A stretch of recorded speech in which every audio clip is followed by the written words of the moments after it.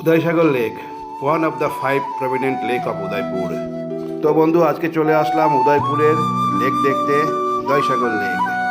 এখানে আরও 5টি লেক আছে, তার মধ্যে ফেমাস ফতেসাগর লেক, পিচলা লেক বিভিন্ন আছে। তবে এই লেকটি অবস্থিত উদয়পুর সিটি থেকে 13 কিলোমিটার পূর্বে। এটি তৈরি করেছিলেন মহারাজা উদয় সিং দ্বিতীয়, খ্রিস্টপূর্ব 1565।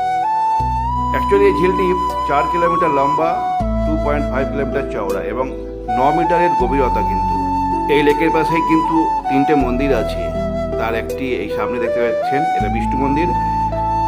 খ্রিস্টপূর্ব 1680 জানুয়ারি 24 আওরঙ্গজেব এসেছিলেন এখানে দর্শন করতেন এই উদয়সাগর লেকটি। তখন তিনি আদেশ দিয়ে যান এই 3টি মন্দিরকে ভেঙে ঘুরিয়ে দেওয়ার জন্য। এই ছিল এর ইতিহাস। আজকে শুধু ইতিহাসই রয়ে গেছে, মন্দিরগুলো ভাঙা অবস্থায় পড়ে আছে। এই যে মন্দিরের ধ্বংসাবশেষ দেখতে পাচ্ছেন। তবে পুনরাবৃত্তি এখানে সবাই পুজো করে এসে জাগ্রত। এই লেকের জল এখান থেকে সরবরাহ করা হয়।